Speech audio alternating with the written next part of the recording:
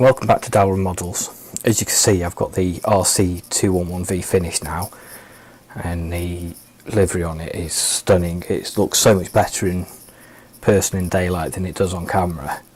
It really doesn't do it justice on here, but not a lot I can do about that. But yeah, as you can see, it's all done. I've overcome the problems that I had with it, which I think were self-inflicted rather than the problem with the actual kit. But yeah, so what have we done? As you can see on both sides, it's I've got the extra rivets and things in place. So I've done one in there, the one on the front wheel, fairing ones as you saw before, and then I've done one in there as well, and then the front and rear axles are done. And I don't know what you can see on camera, but I've attached the safety wire as well for it.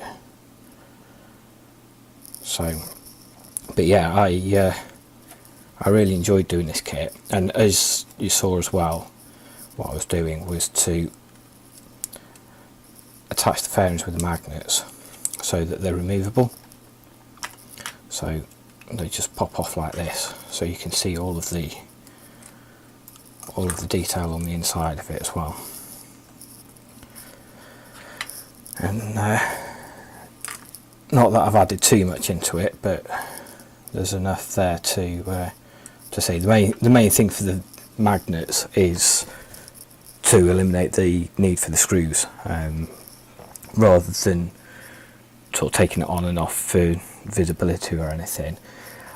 As far as the kit goes, it was fantastic kit to build. Typical Tamiya quality, no real fit issues anywhere, or anything like that. The decals went down fine, no problems with those at all. The only thing that I did pick up on was a little bit difficult on that fairing on the tank there, on the decal.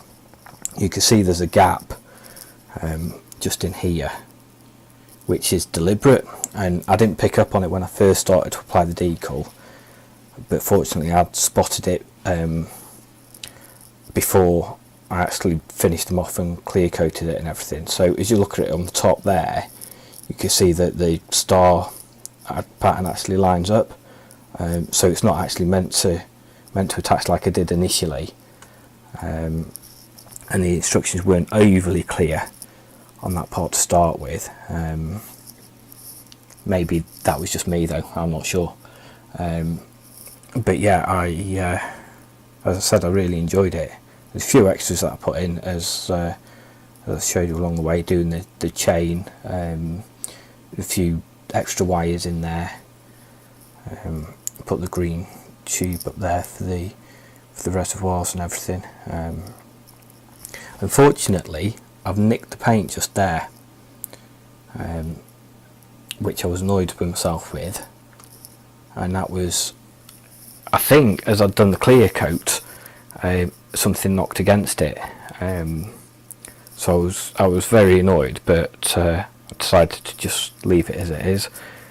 And again, going back to the other things on the front, you can see the rivet details, and I couldn't quite get rid of this line here, which has shown through.